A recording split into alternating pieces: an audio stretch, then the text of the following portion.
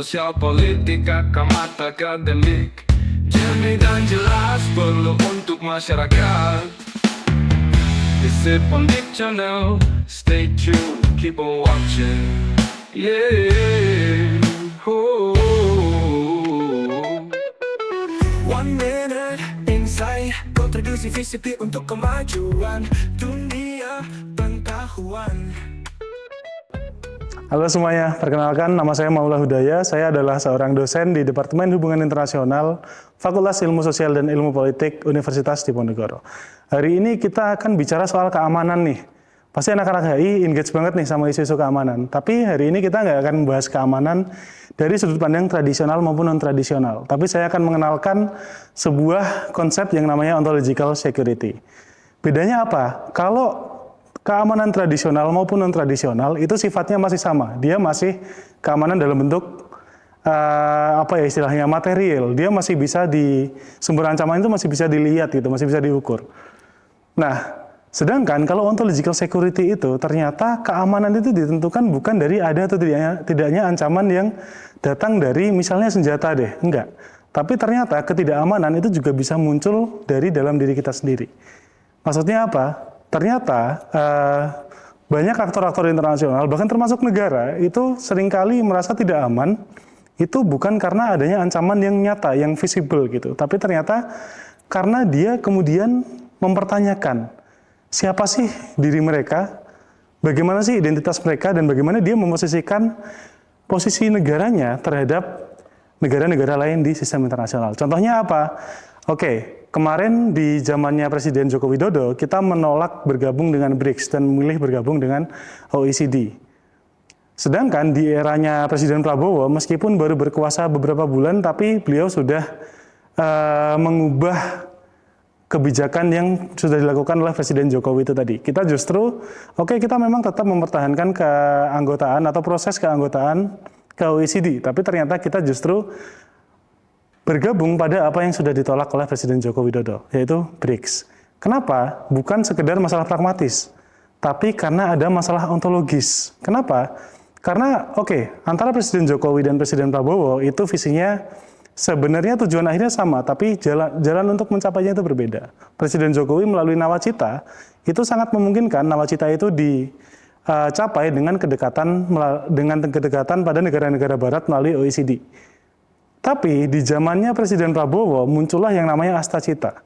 Astacita itu sangat bernuansa nasionalistik, termasuk salah satunya adalah program hilirisasi, yang tidak mungkin bisa dia capai dengan kedekatan dengan negara-negara barat. Dan secara identitas, hanya mengandalkan kedekatan dengan negara barat saja itu sekarang menjadi kurang representatif lagi. Sehingga kemudian kita memilih bergabung dengan BRICS yang secara ontologis itu mendukung untuk mendefinisikan siapa kita dalam sistem internasional.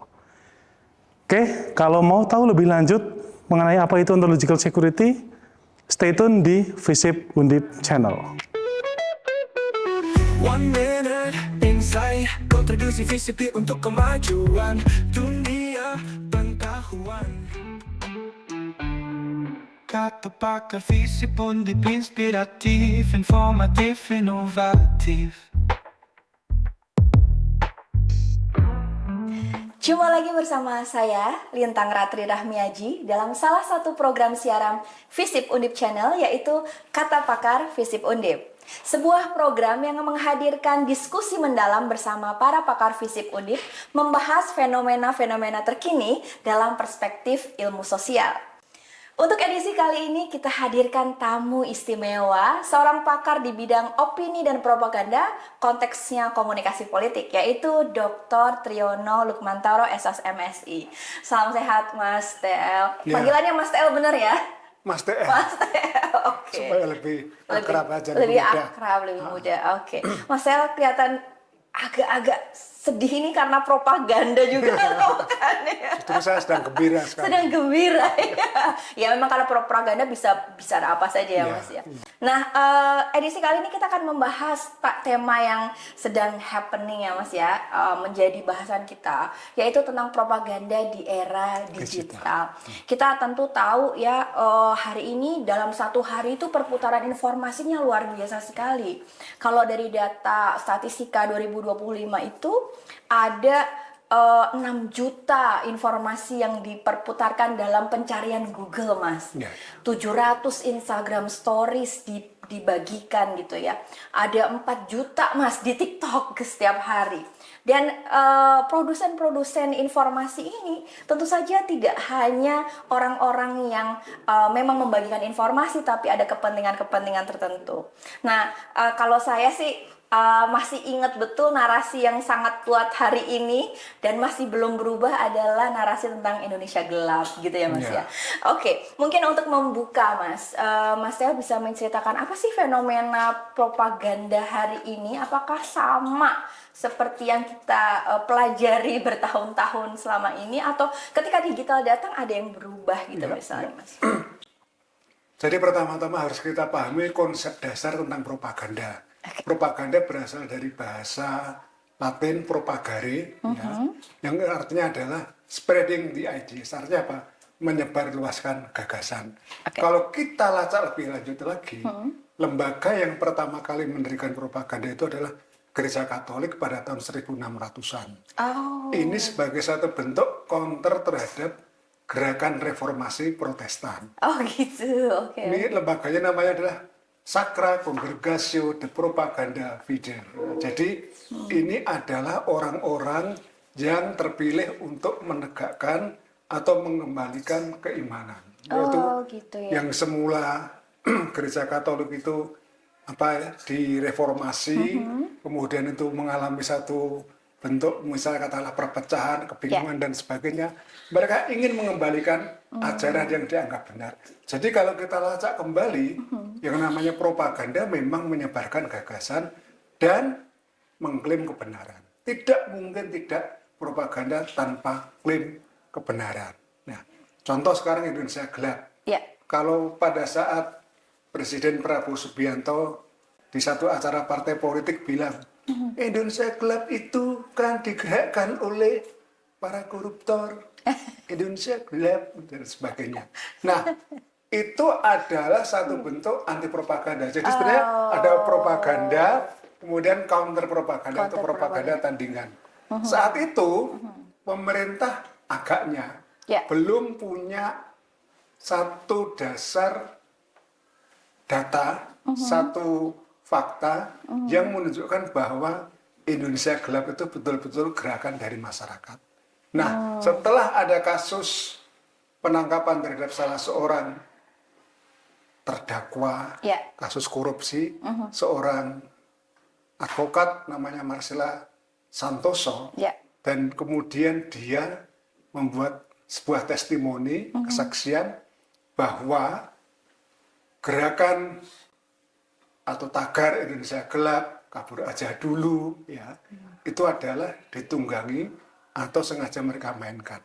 Nah, kemudian kan pemerintah merasa, nah ini yang main-main itu ternyata koruptor, gitu. Nah, seperti itu. Jadi spreading the ideas, yang satu menyatakan Indonesia gelap, yang satu ya mereka menyatakan Indonesia terang, Indonesia baik-baik saja kok. Saya kira itu seperti itu. Nah, karena itu muncul di media arus utama, televisi dalam hal ini, dan juga sebelumnya adalah muncul di media sosial, itu tentu saja dampaknya sangat luas. Kita tahu bahwa misalnya pada saat muncul Garuda Biru, yang ya ada tanda alarm bahaya karena konstitusi kita sedang dilanggar secara sangat serius oleh penguasa seperti itu toh. Nah, kemudian muncul itu juga propaganda, dan itu propaganda di era digital. Jadi kalau tadi kan bicaranya tentang politik, Mas. Apakah propaganda itu selalu ada motif politiknya? seharusnya selalu, Oh gitu selalu ya. Selalu motif politik. Dan tentu saja adalah klaim kebenaran, apapun klaim kebenarannya. Menguasai kebenaran agama, ya, menguasai kebenaran tertentu. yes, gitu ya, Mas? betul sekali. Jadi agama itu pun sebenarnya propaganda, ada istilah dakwah, ada istilah misi. Kalau kita kembalikan pada Sacra Congregatio de Propaganda Fide, ya, itu kan sebenarnya kan unsur keagamaan yang lebih utama dan kemudian digunakan oleh para ilmuwan sosial untuk segala jenis ya komunikasi ya. Kalau kita ingat komunikasi dulu semester pertama, apa itu komunikasi? Komunikasi adalah proses penyampaian pesan dari seorang komunikator kepada komunikan. Sebenarnya itu adalah model propaganda. Oh, jadi komunikasi sendiri juga propaganda sebetulnya. Yang dikemukakan oleh Laswell. Nah, Laswell itu adalah seorang ilmuwan yang saat itu bekerja untuk pemerintah Amerika Serikat. Jadi proses penyampaian pesan dari seorang komunikator berarti di sini adalah propagandis, ya, kepada komunikan. Komunikan itu massa. Kalau dulu medianya adalah media massa, satu arah, satu arah. Jadi ada sender, ada medium, ada message, kemudian ada receiver. Kalau di zaman digital, sekarang lebih rumit lagi karena bisa dua-duanya saling berbalas. Dan tidak lagi dikendalikan oleh segelintir. Misalnya kalau zaman kita masih ingat, zaman Orde Baru oleh Departemen Penerangan yang bisa mengontrol televisi, radio, film, surat kabar, maka ada istilah dulu kelompok pencapir. Kalau kita ingat kelompok pencapir zaman Orde Baru itu kelompok pendengar, pembaca dan pemirsa. Nah seperti itu kan satu arah. Dan Orde Baru betul-betul kita tahu salah seorang menteri legendaris Orde Baru adalah Harmoko yang bisa ngomong menurut petunjuk Bapak Presiden dan seperti itu. Nah sekarang apakah itu mungkin? Ya jelas nggak mungkin. Karena apa? Sekarang propaganda itu tidak lagi dikontrol, tidak lagi bersifat sentral. Karena semua orang punya mesinnya sendiri-sendiri. Nah, itu karena juga perkembangan teknologi tadi ya. Teknologi memungkinkan orang memiliki kuasanya atas penggunaan media baru. Nah, apa dampaknya Mas ketika kekuasaan itu tidak lagi tersentralisir dan kemudian ketika masyarakat sipil misalnya juga punya kekuatan untuk menjadi propagandis seperti tadi. Apa yang kemudian berubah Mas dalam peta propaganda? Sekarang propagandisnya tidak hanya negara, tapi bisa siapa saja. Bisa masyarakat sipil, bisa orang yang kita tidak tahu dari mana dia, bisa akademisi. Podcast itu pun dengan nama baru ya, influencer. Nah, influencer kan propagandis juga. Itu sebenarnya kan public opinion. Public opinion leader. Nah, kalau di zaman dulu komunikasi massa, sekali lagi komunikasi massa dengan mengandalkan satu arah, ada sender, ada message, ada receiver, satu arah saja. Nah, sekarang dengan influencer tadi itu lebih tersebar, lebih disperse gitu kan. Nah, misalnya influencer bisa siapapun kok. Tidak harus pejabat pemerintah. Kalau dulu kan pejabat pemerintah, misalnya Menteri Penerangan. Sekarang bisa siapapun. Itu dari sisi komunikatornya ya Mas ya. Ada yang berubah dari sisi yang lainnya Mas? Sisi yang lain pesan. Pesan itu bisa lebih tersebar secara masif. Sekarang misalnya gambar, video, pesan suara, ya bisa masuk lewat media sosial. Apakah itu benar atau tidak? Maka istilah fake news, ya, kemudian istilah berita bohong, hoax, itu kan muncul justru pada era digital ini. Apakah di zaman sebelum era digital tidak ada berita bohong? Ya banyak juga. Cuma sekarang ini lebih masif, lebih banyak yang bisa membuat. Kalau dulu kan cuma beberapa gelintir perusahaan, beberapa gelintir lembaga negara. Nah sekarang kalau kita lihat, ya bisa siapapun. Ya. Termasuk propaganda, kalau yang media massa kita kenal setiap tanggal 30 September kita dibahas penonton. Ya, pernah rentang waktu itu. Bahkan sampai sekarang pun dilestarikan. Ya, itu sangat saya sayangkan ya. Karena sempat dilarang, sekarang malah ada lagi. Dipraktekkan lagi. Itu propaganda menurut saya. Nanti Mas, kalau buzzer nih Mas, kalau buzzer gimana Mas? Buzzer kan pendengung. Dari kata buzz itu kan seperti serangga, tawon gitu ya, yang kalau terbang itu kan mendengung, kalau kita dengar dengungannya itu. Nah, ini juga propaganda, tapi ini lebih pada istilah menurut saya tim hore. Tim hore, Tim apa hore itu Mas itu tim hore Mas? tim yang membuat lebih meriah. Bisa lebih meriah dalam pengertian lebih mengembirakan, lebih menakutkan, lebih menyedihkan, lebih mencekam misalnya. Oh gitu ya. Tergantung propaganda itu mau propaganda apa. Jadi bukan pada penyebaran informasi tapi emosionalnya itu yang justru dibangun ya. sasarannya adalah emosi. Oh, memang itu Iya, ya. yang paling mudah dalam diri manusia itu adalah emosi. Sekarang kalau kita lihat proporsi emosi atau perbandingan emosi dengan rasio, lebih dominan emosi. Coba kita sebutkan kata-kata yang berkaitan dengan emosi. Jauh lebih banyak dibandingkan dengan rasional atau rasio misalnya. Iya. Itu maka misalnya kata sedih, gembira, marah, muram, jengkel, Lebih muak. banyak variasinya. Coba bandingkan dengan rasio, berpikir, merenung. Apakah itu rasio? Kan enggak juga.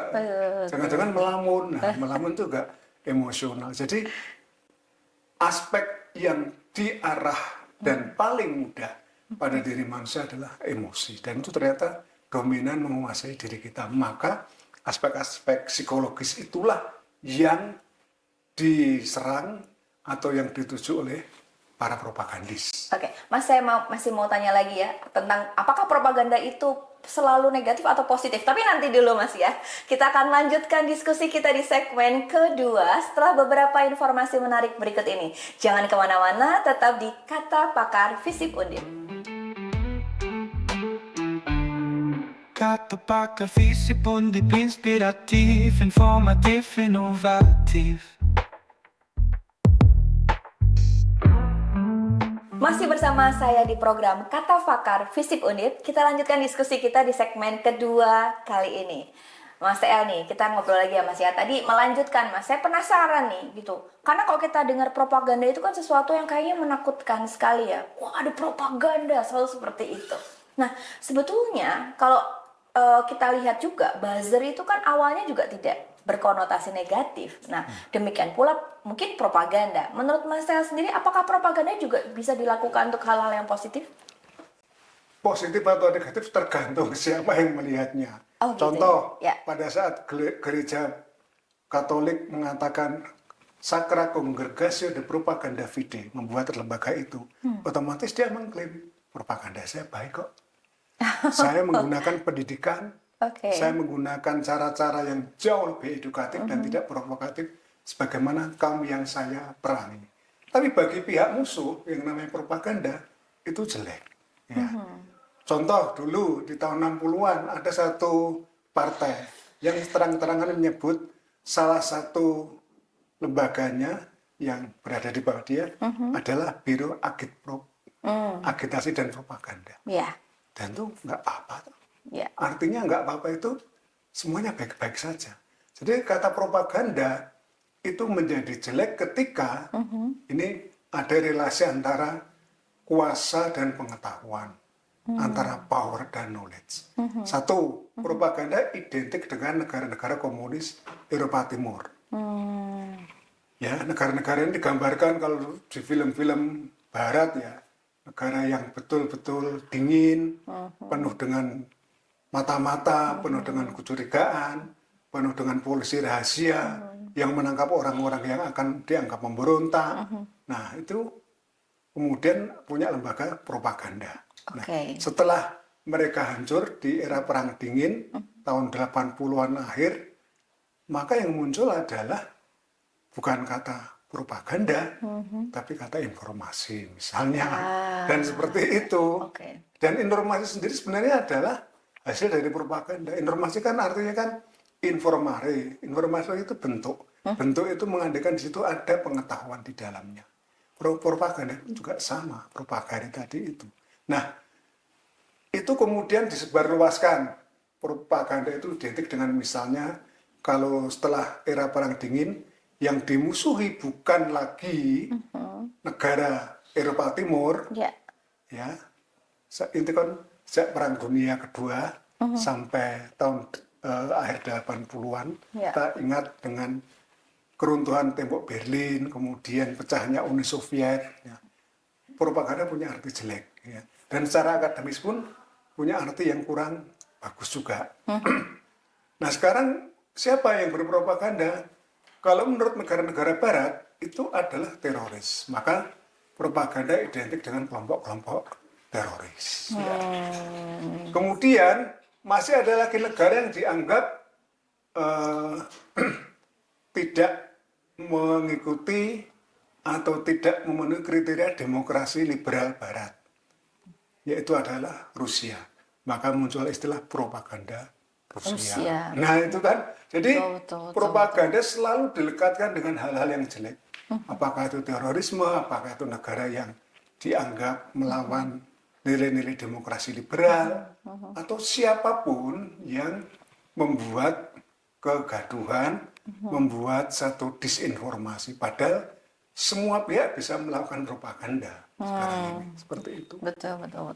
Nah, tadi kan Mas Teo juga mengatakan bahwa komunikasi itu juga salah satu bentuknya propaganda.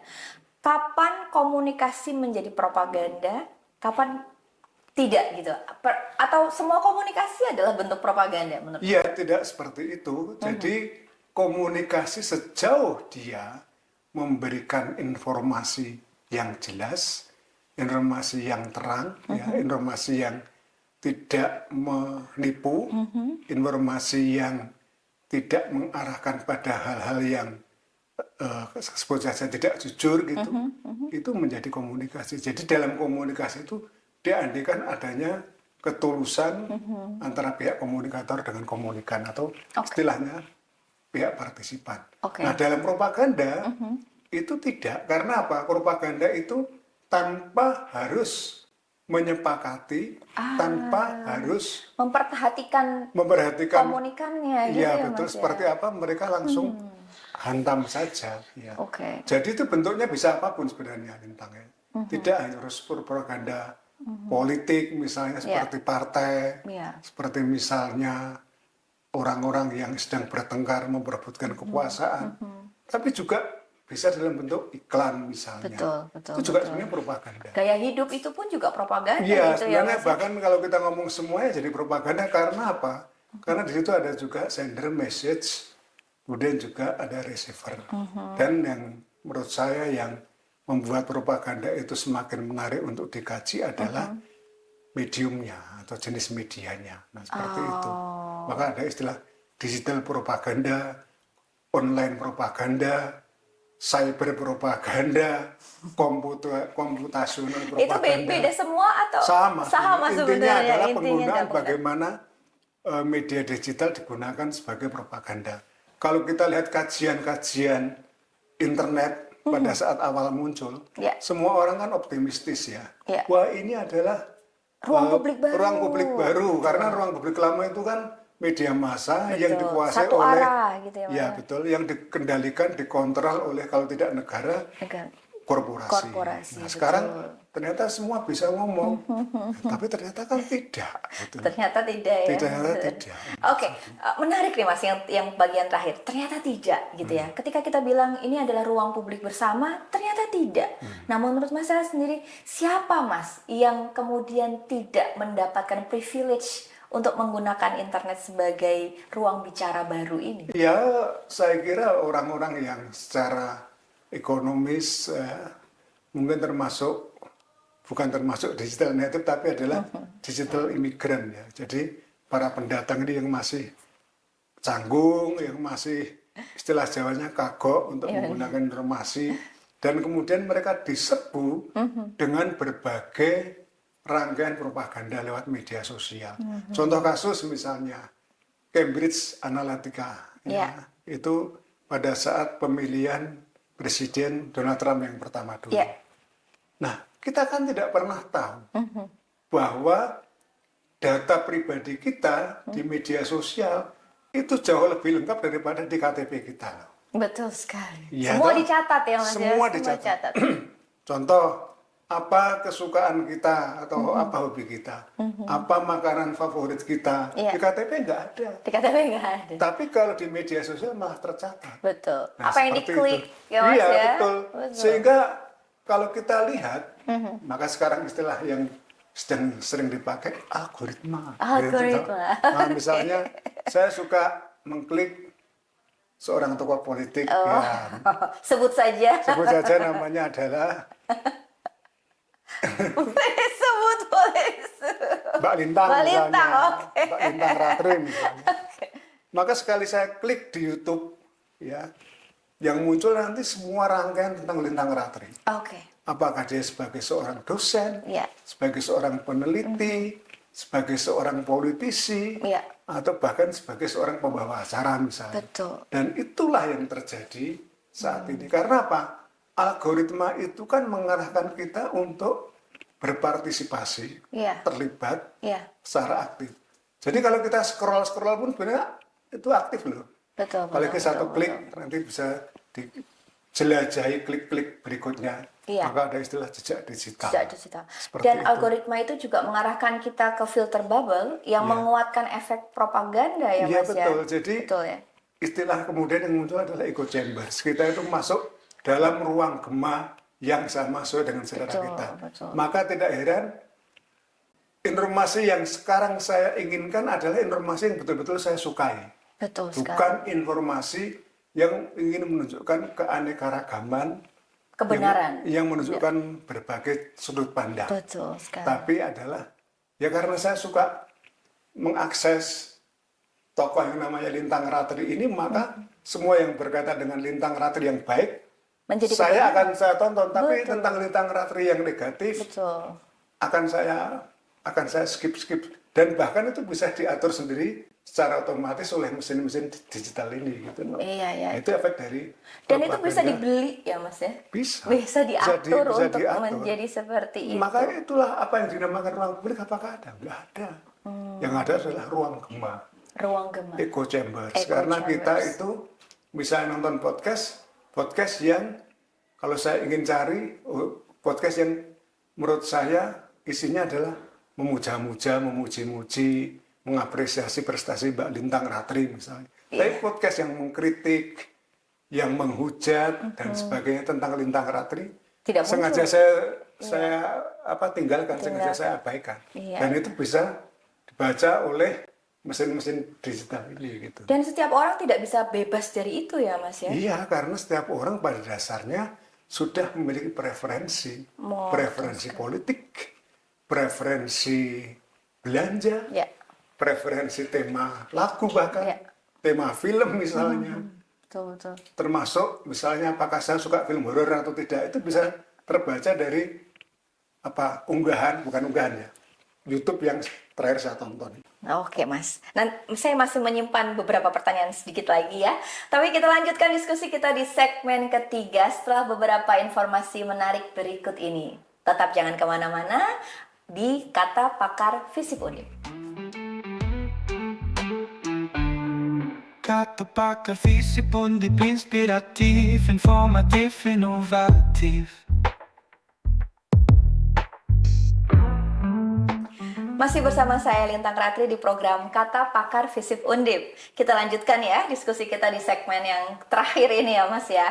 Aduh, tadi menarik ya bahwa setiap orang itu ternyata tidak bisa lepas dari fenomena algoritma dan echo chamber tadi ya Mas ya. Dan itu kalau kita kaitkan dengan propaganda tentu akan mengamplifikasi dampak propaganda ya. Intinya kalau yang kalau benci makin benci, yang cinta makin bucin gitu ya Mas. betul. Oke.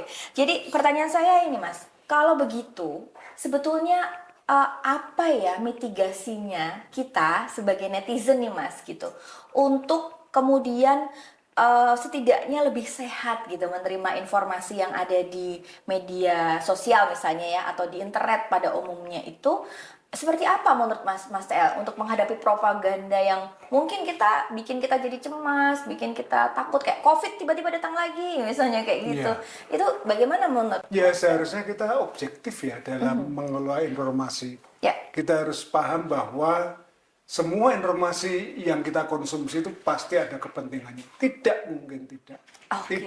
Tidak ada informasi yang objektif. Semua informasi itu adalah subjektif. Semua informasi itu adalah dibebani dengan nilai-nilai tertentu. Apakah nilai pasar, apakah nilai politis, nilai agama, apapun nilainya. Gitu. Dan itu membuat kita harus juga paham bahwa apapun yang kita terima, itu tidak boleh kita telan mentah-mentah. Tapi karena kita sudah lama diasuh, karena kita sudah lama dibiasakan, dididik, dibesarkan dengan cara-cara model penerimaan informasi yang sudah kita seleksi seperti itu, dengan demikian maka kita tidak mungkin mendapatkan objektivitas itu. Karena apa? Ya, sebenarnya kan tidak mungkin saya mendengar lagu misalnya, tiba-tiba saya senang dengan lagu itu. Saya misalnya akan mendatangi konser band yang saya sukai, bukan band yang sama sekali saya tidak kenal. Nggak mungkin itu. Karena apa? Saya ingin mendapatkan konfirmasi, saya ingin mendapatkan peneguhan, penegasan bahwa band yang saya suka itu memang betul-betul hebat. Itu yang terjadi. Kalau saya andikan seperti itu. Kalau ini Mas, boleh nggak kita kalau nggak suka ngeblok atau fenomena unfriend? Kalau nggak suka unfollow aja, kok repot sih gitu misalnya ya Mas ya. Unfriend aja gitu, blok aja gitu. Nah, menurut Mas Tel, apakah ini justru memperkuat tadi ruang gema, filter bubble algoritma tadi, atau tidak ada efeknya, atau bagaimana menurut? Iya, menurut saya tidak bisa dihindarkan ya. Kalau ada informasi yang menurut kita itu isinya trolling itu mengganggu kenyamanan kita dalam mengkonsumsi informasi, ya sudah, misalnya tidak direkomendasikan, kalau perlu tidak tertarik, kalau perlu diblok dan sebagainya. Menurut saya nggak apa-apa juga kok. Nggak apa-apa ya Mas? Nggak apa-apa. Kalau karena akun tertentu gitu Mas? Oh ya, saya pun melakukan hal yang sama bahwa mungkin katanya harus objektif. Saya mengatakan tidak mungkin tidak. Kita tidak bisa mendapatkan informasi yang sungguh-sungguh objektif. Apa ukuran objektivitas itu? Nah, kalau menurut saya bahwa informasi ini isinya adalah berita bohong, isinya adalah kebencian, isinya adalah analisis kosong, ya tidak mungkin toh kalau saya kemudian tiap hari saya harus konsumsi, saya bandingkan untuk apa juga gitu loh. Ya, seperti itu. Jadi Mas percaya Indonesia gelap atau terang nih? Ya Indonesia terang. Indonesia terang, Indonesia baik-baik saja. Baik-baik saja. Nah menarik nih kalau Mas saya bilang bahwa ya kita harus punya sikap gitu ya, nggak mungkin kan sepenuhnya objektif ya. Kalau memang kita tidak cocok atau tidak sepemahaman, boleh saja gitu ya. Nah kalau Mas Tel lihat selama ini, apakah netizen Indonesia itu punya kesadaran yang sama atau kesadaran tentang apa yang kita bicarakan tadi, bahwa informasi itu selalu punya konteks, informasi itu selalu punya kepentingan gitu. Saya kira iya. Menurut Mas El, gimana netizen Indonesia ini netizen Indonesia juga punya pemahaman yang sama bahwa mereka itu juga bukanlah khalayak, audiens yang seakan-akan berdiri di luar pagar dan kemudian bersikap netral. Mereka juga berada di dalam pagar dan juga terlibat aktif. Ingat bahwa yang namanya netizen itu adalah mereka yang menggunakan, mengkonsumsi media dalam hal internet, dan juga mereka bisa memproduksi pesan juga. Jadi menurut saya, mereka sendiri adalah sudah memilih-milih dan memilah-milah informasi apa yang mereka suka dan tidak suka. Kalau mereka suka misalnya, kemudian di cropping, dipotong, bagian-bagian tertentu disebarkan. Kalau mereka tidak suka juga sama, disebarkan. Jadi inilah kreativitas yang muncul dengan adanya fenomena echo chamber tadi itu. Dan memang kalau kita lihat, arahnya adalah menuju pada polarisasi politik, polarisasi pendapat, polarisasi terhadap seseorang atau tokoh politik tertentu dan sebagainya. Memang diarahkan ke sana gitu ya Mas ya? Iya, tanpa sadar kita memang sengaja menggiring diri kita ke arah sana karena apa? Sekali lagi kita sudah dididik, kita sudah dibiasakan untuk tidak objektif. Tidak objektif. Oke, pasti. Oke. Nah, kalau misalnya menurut Mas TL, sepemahaman dan pengamatan Mas TL selama ini menggunakan ruang digital gitu ya Mas ya. Netizen Indonesia tuh terliterasi secara politik atau enggak sebetulnya? Kalau dalam konteks propaganda. Mereka tahu politik. Okay. Mereka paham tentang kejadian-kejadian politik terbaru, tentang isu terbaru dalam perpolitikan, tentang apapun tentang politik. Tapi tentu saja bahwa ketertarikan pengetahuan mereka itu juga ditentukan oleh preferensi politik mereka juga. Ya, tidak mungkin tidak mereka kemudian mencari informasi sesuai dengan apa yang mereka butuhkan. Jadi tidak benar ya kalau netizen Indonesia tuh gampang disetir gitu, nggak benar juga ya Mas ya? Juga. Saya kira ya, di media-media sosial apalagi kayak Twitter ya. Ini kan media sosial yang betul-betul menurut saya secara belak-belakan tadi sebenarnya itu X ya, Twitter atau X itu yang secara belak-belakan bisa digunakan untuk berperang, menjadi battleground gitu ya, menjadi ruang peperangan, wilayah peperangan bagi orang yang pro dengan Mbak Lintang Ratri atau dengan yang kontra dengan Mbak Lintang Ratri tadi itu. Oke. Nah, ini yang terakhir nih Mas nih, menarik nih. Akhir-akhir ini banyak yang meninggalkan X katanya karena nggak tahan Mas, nggak tahan berantemnya di X, wacana-wacana yang kemudian diperdebatkan di X tuh lebih banyak buzzernya katanya. Kalau dari pengamatannya Mas El gimana? Iya, karena semakin kasar. Oh gitu ya. Jadi orang gini, Lintang ya, orang boleh saja bertengkar, boleh saja berkelahi, boleh saja berkonflik. Tapi kalau kita lihat perbandingan yang lain antara yang pro pada ijazah Pak Jokowi palsu dengan yang anti ijazah Pak Jokowi palsu, itu kan menjijikkan. Tiap hari itu bahkan gitu ya, Mas. TV yang kita anggap hebat sekalipun, sebuah stasiun TV yang katanya edukatif gitu, dia juga jualan hal yang nggak mutu. Sampai lokasi KKN Pak Jokowi dicek, ada enggak misalnya, sampai skripsinya dan sebagainya. Mengapa sih ini yang harus kita alami? Ternyata ya karena kita suka dengan hal-hal yang berkelahi. Tapi kalau perkelahiannya sudah semakin brutal, semakin tidak menarik, semakin tidak ada aturan, orang juga akan jijik. Gitu. Kalau Mas El sendiri masih aktif di X atau tidak? Atau sudah mulai termasuk yang meninggalkan X? Meninggalkan. Meninggalkan X ya, karena memang sudah mulai saya sehat membaca ya, berita-berita seperti itu ya, orang kan bagaimanapun tidak mungkin tiap hari mengkonsumsi informasi yang isinya konflik. Betul sekali. Oke, ini sebenarnya masih banyak nih yang pengen ditanyain, tapi waktunya sudah tinggal sedikit lagi. Mungkin Mas El bisa men-sum up ya, bisa meng-highlight bagaimana sih sebetulnya fenomena propaganda di era digital, dan sebenarnya tuh apa yang harus kita lakukan nih sebagai pengguna media digital? Tentu saja kalau kita ngomong propaganda di era digital adalah propaganda yang menggunakan media digital sebagai lawan dari propaganda menggunakan media satu arah, media massa. Kalau dulu zaman gereja Katolik, ya zaman reformasi Protestan itu menggunakan media cetak. Nah, dan itu ya yang dipakai apa? Poster, gambar-gambar. Orang kan tidak butuh tulisan, orang kan butuh gambar. Gambar nggak usah mikir gitu.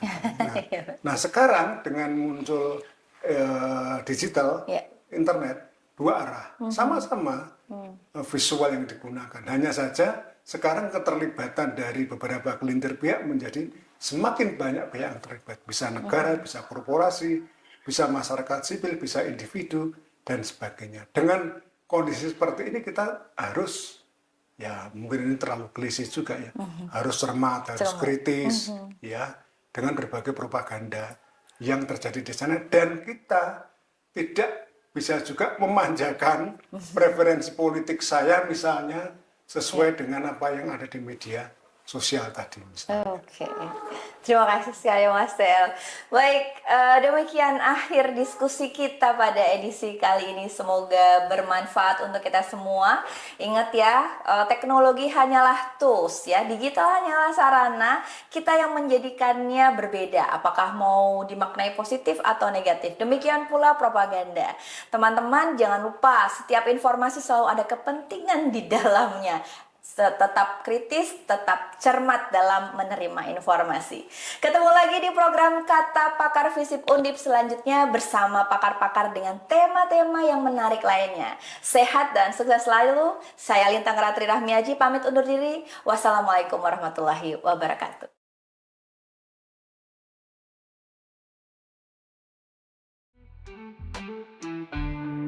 Kata Pakar FISIP Undip inspiratif, informatif, inovatif.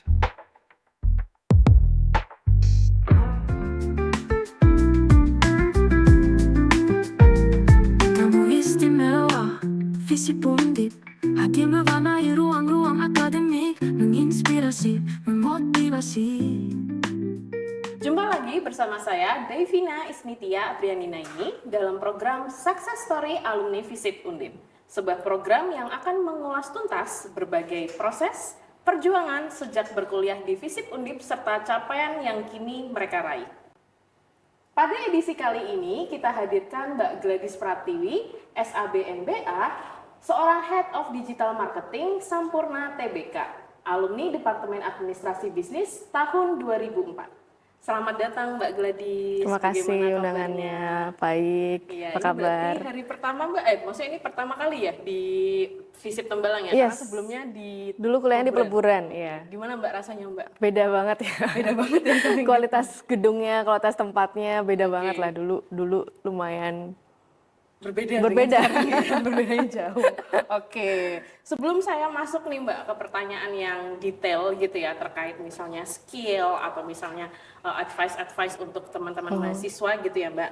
Boleh diceritakan sedikit nggak Mbak nih perjalanannya Mbak Gladys setelah lulus sampai posisi sekarang nih Head of Digital Marketing di Sampurna? Oke.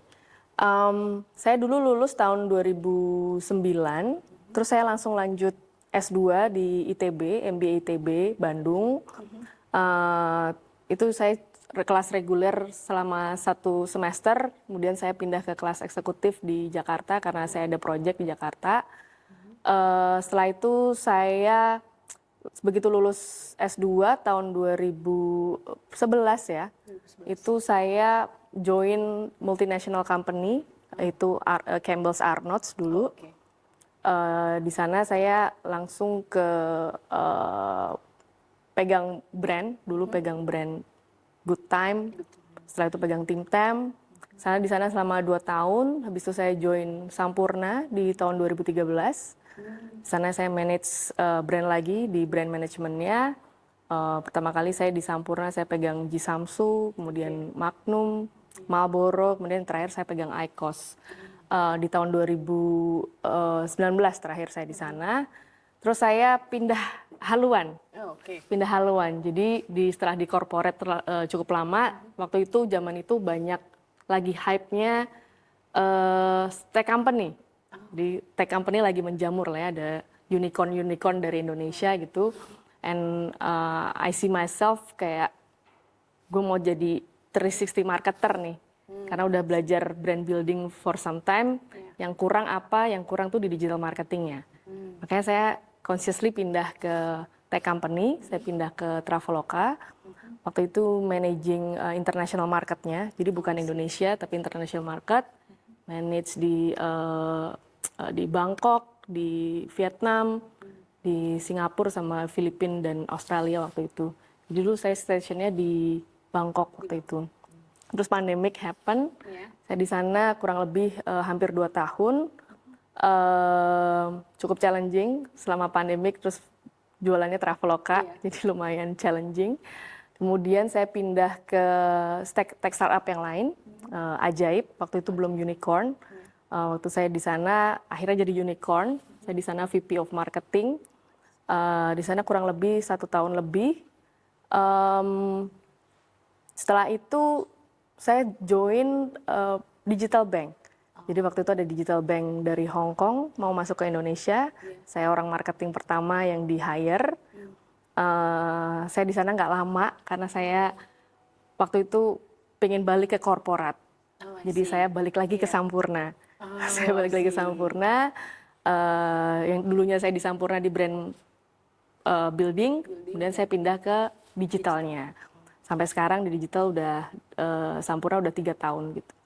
Berarti memang Mbak Gladys ini punya banyak pengalaman di berbagai industri, nggak cuma kayak di MNC saja multinasional, tapi juga tadi beberapa startup baru atau misalnya shifting juga yang marketingnya tadi sebelumnya sekarang jadinya digital marketing gitu ya. Yes. Oh, I see. Oke. Nah ini Mbak yang bikin menarik. Jadi sebenarnya awalnya tuh motivasinya apa nih Mbak Gladys nih milih program studi administrasi bisnis waktu kuliah di awal? Waktu itu masih SMA ya, jadi mikirnya sebenarnya kakak saya dulu kuliahnya teknik. Jadi saya ngeliat kuliah kok susah banget ya. Kayak praktek, terus praktek sampai malam lah, bikin ini, bikin itu. Kayak kuliah teknik kok susah banget gitu. Saya pengennya kuliah yang cepat lulus. Cepat lulus, gak banyak praktek, terus gak banyak ngafalin gitu kan. Ya salah satu yang saya lihat waktu itu, kalau nggak salah ratingnya administrasi bisnis cukup bagus ya di nasional. Saya lihat peluangnya juga ke depannya itu jurusan yang masih jarang zaman dulu, masih jarang banget orang ngambil. Dulunya namanya administrasi niaga. Waktu zaman saya 2004 tuh langsung jadi administrasi bisnis. Saya ngeliat ke depannya tuh lebih banyak ruangnya ya, karena bukan spesialis kayak accountant atau law gitu atau hukum ya, tapi kayak generalis yang administrasi bisnis. Jadi saya ambil itu memang tujuannya biar cepat lulus aja sih sebenarnya. Alright, oke Mbak. Nah tadi setelah mendengar ceritanya Mbak Gladys gitu ya terkait dengan perjalanan karirnya gitu. Nah sekarang nih Kak, kita pengen tahu nih sejauh apa pengalaman dan mata kuliah di kampus gitu. Kalau misalnya masih ingat nih ya, bagaimana mata kuliah di administrasi bisnis itu bisa terhubung dengan pekerjaan Mbak Gladys sekarang gitu. Kalau boleh jujur sih sebenarnya kalau soal ilmu susahnya marketing ini kan berkembang ya. Betul. Jadi zaman dulu sampai sekarang mungkin berbeda gitu. Jadi kalau ngomongin apa sih yang teori yang dipakai dulu kepake sampai sekarang, basic marketingnya fundamentalnya sebenarnya tetap kepake gitu ya. Tapi what-nya itu kan yang berubah, yang evolving. Kalau saya melihatnya malah justru soft skill-nya yang saya dapat dari kampus ya. Karena kan kayak tesis atau bikin makalah itu apa sih? Itu structure thinking. Itu belajar dari dilihat dulu latar belakangnya, problemnya apa, terus solutions-nya itu kan structure thinking ya. Jadi dilatihnya tuh di arah situ gitu. Bukan ke teori, karena teori selalu berkembang, terus marketing ya pasti selalu berubah lah, evolve ya. Iya. Oke. Nah itu tadi yang saya menarik terkait dengan soft skill-nya nih, soft skill sama mindset yang disadari penting sekali pada saat bekerja, apa Mbak? Kalau ini saya sebagai interviewer ya, saya kan banyak hire orang juga gitu. Kalau saya lihat nih apa yang saya cari tuh biasanya logical thinking. Karena kalau logiknya nggak jalan susah banget ya. Orang kalau udah punya logical thinkingnya bagus, mau ditaruh di mana aja tuh pasti works gitu. Pasti dia bisa. Yang kedua structure thinking. Dia kemana-mana apa enggak? Apakah thinkingnya tuh structure gitu. Yang ketiga critical thinkingnya. Dia nerima aja atau dia punya creativity untuk nanya atau explore dan sebagainya gitu. Yang keempat agility ya. Karena kan yang namanya bisnis selalu berubah.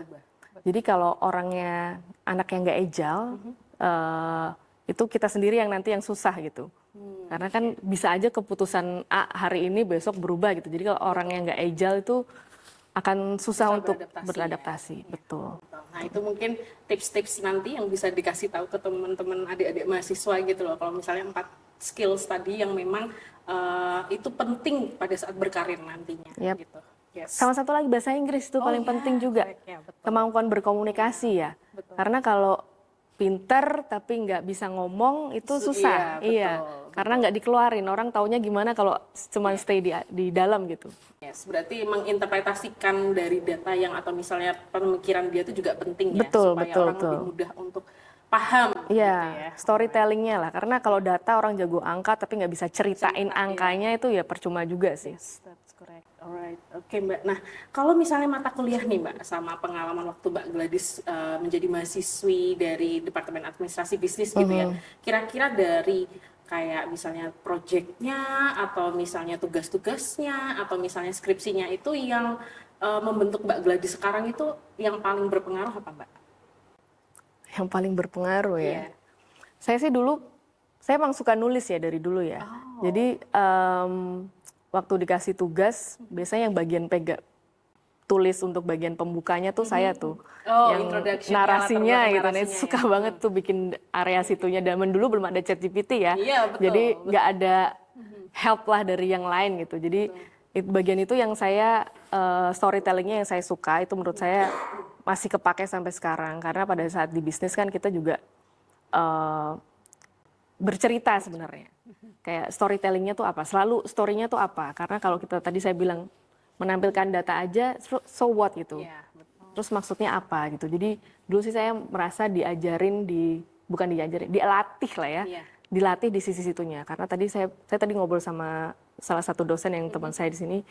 Apa sih sebenarnya kayak kita bikin makalah, bikin tesis, itu kan structure thinking ya. Betul. Itu structure thinking, di mana kita tahu masalahnya tuh apa, inti masalahnya apa, terus solusinya apa, dengan cara yang terstruktur itu. Itu yang saya merasa bahwa kuliah ini tujuannya ini sih. Mungkin ilmunya nggak kepake ya, tapi soft skill-nya ini yang, terus mentality-nya ini yang kepake. Disiplin juga ya, kayak on time, ngasih tugas dan sebagainya itu penting juga gitu. Ya.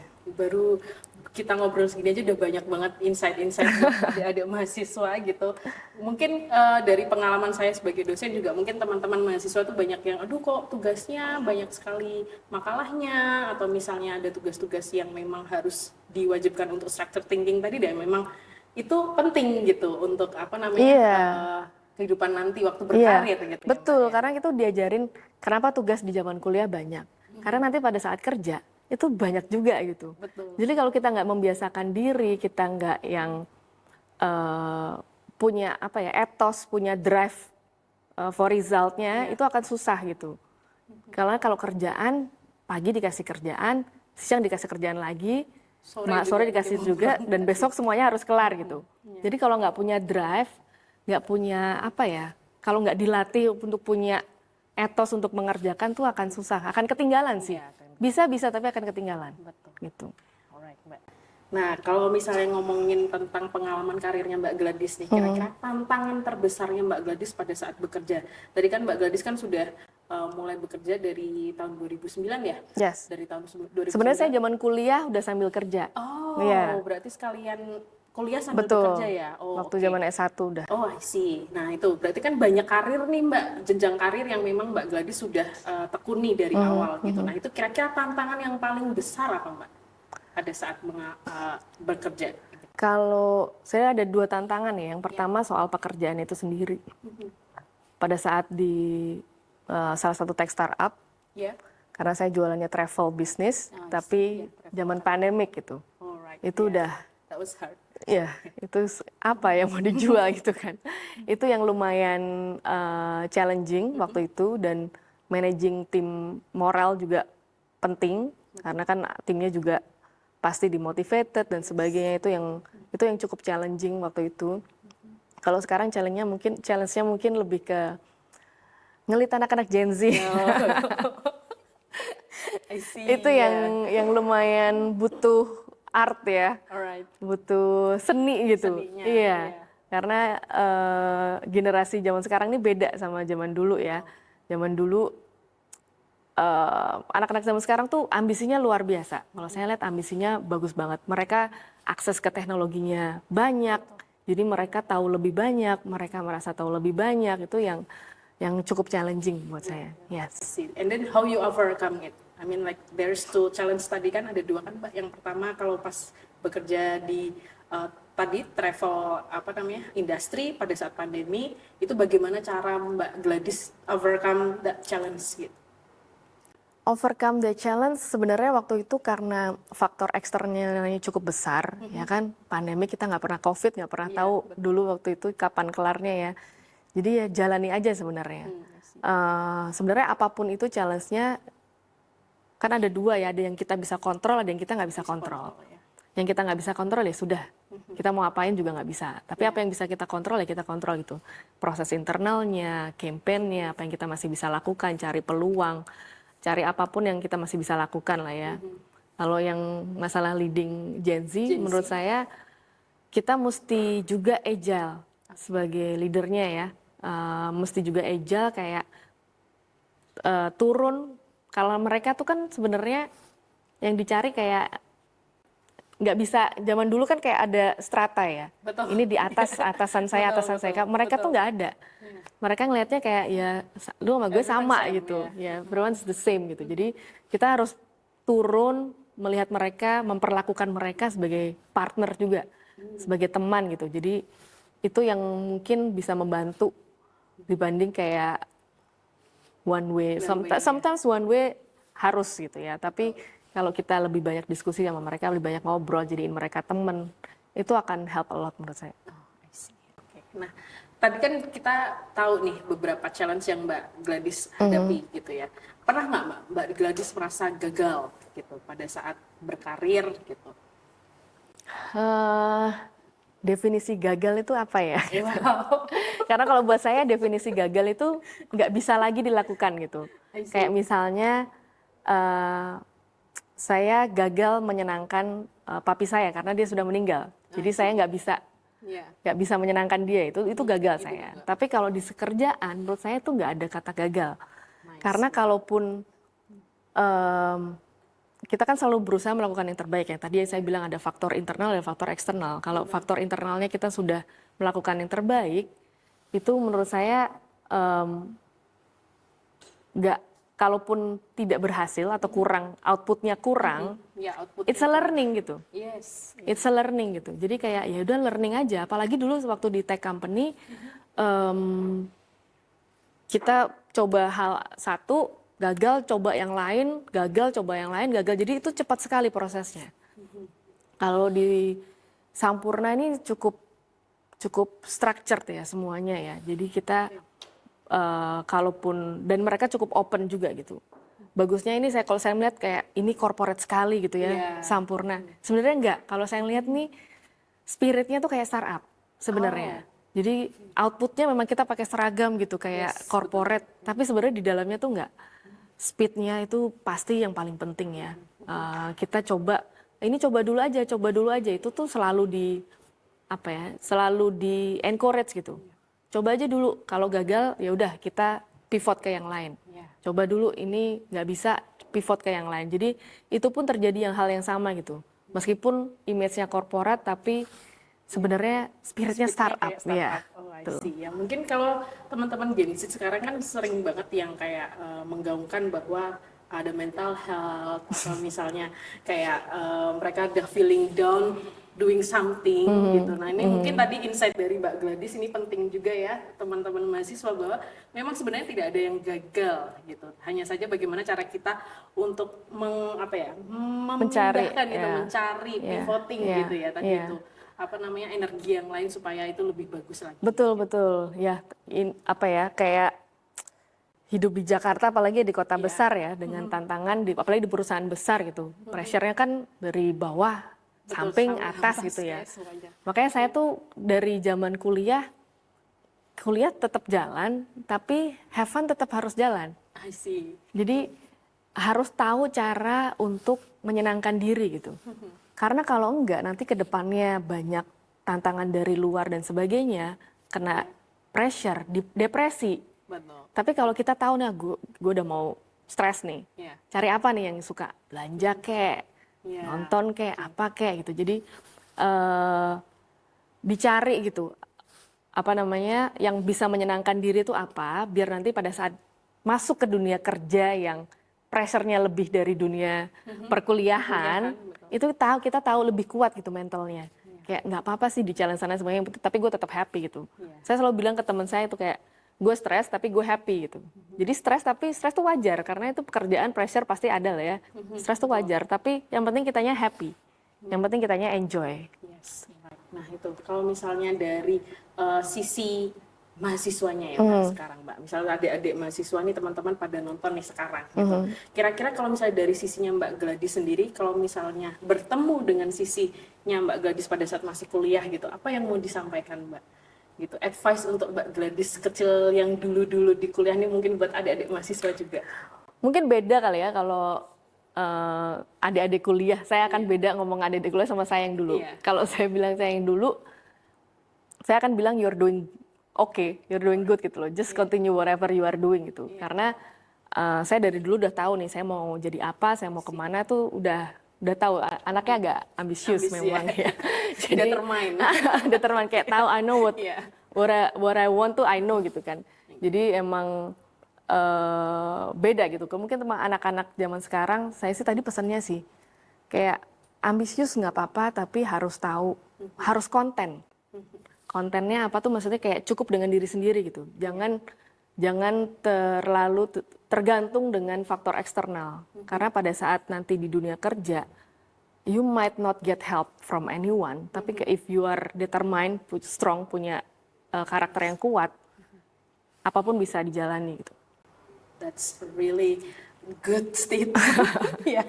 And I think I have one question anymore. I mean like mungkin kalau misalnya di sisi dari teman-teman yang ada di SMA nih Mbak, mungkin yang masih bingung nih, aduh besok mau kuliah apa ya, misalnya mau ngambil apa ya. Nah itu kira-kira Mbak Gladys nih bisa memberikan ini nggak, apa namanya kayak sedikit pencerahan gitu ya, insight buat teman-teman yang lagi bingung nyari kuliah apa gitu, supaya gabung di administrasi bisnis.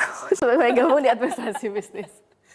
Kalau saya ngelihatnya gini, kalau tadi saya kan bilang cerita saya pilih mata kuliah ini karena saya pinginnya yang nggak banyak hafalan dan cepat lulus gitu ya.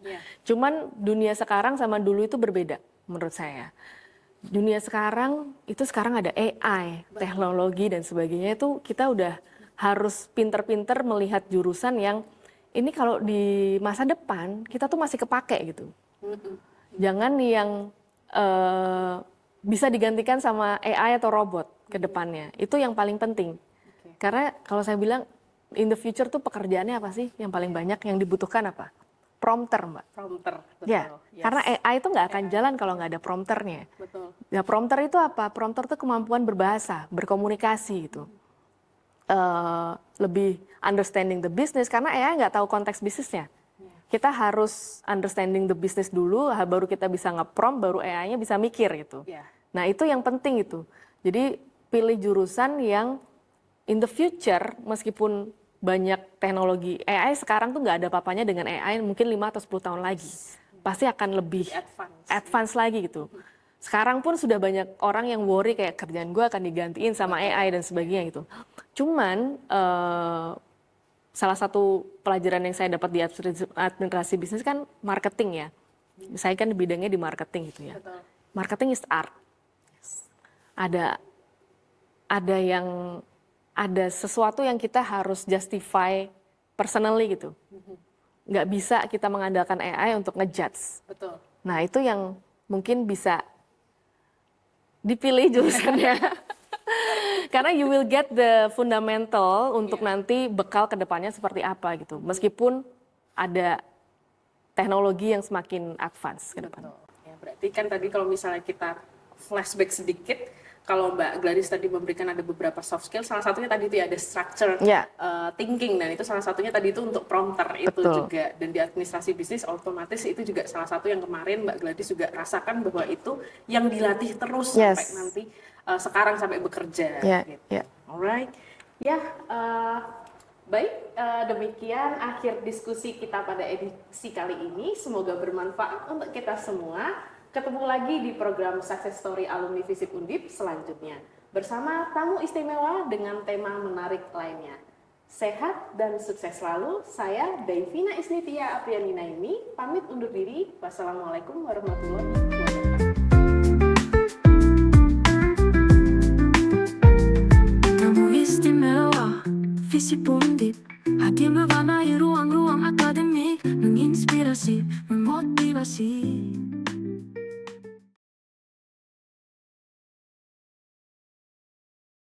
Kewawasan, isu sosial politik, akamat akademik, jernih dan jelas perlu untuk masyarakat.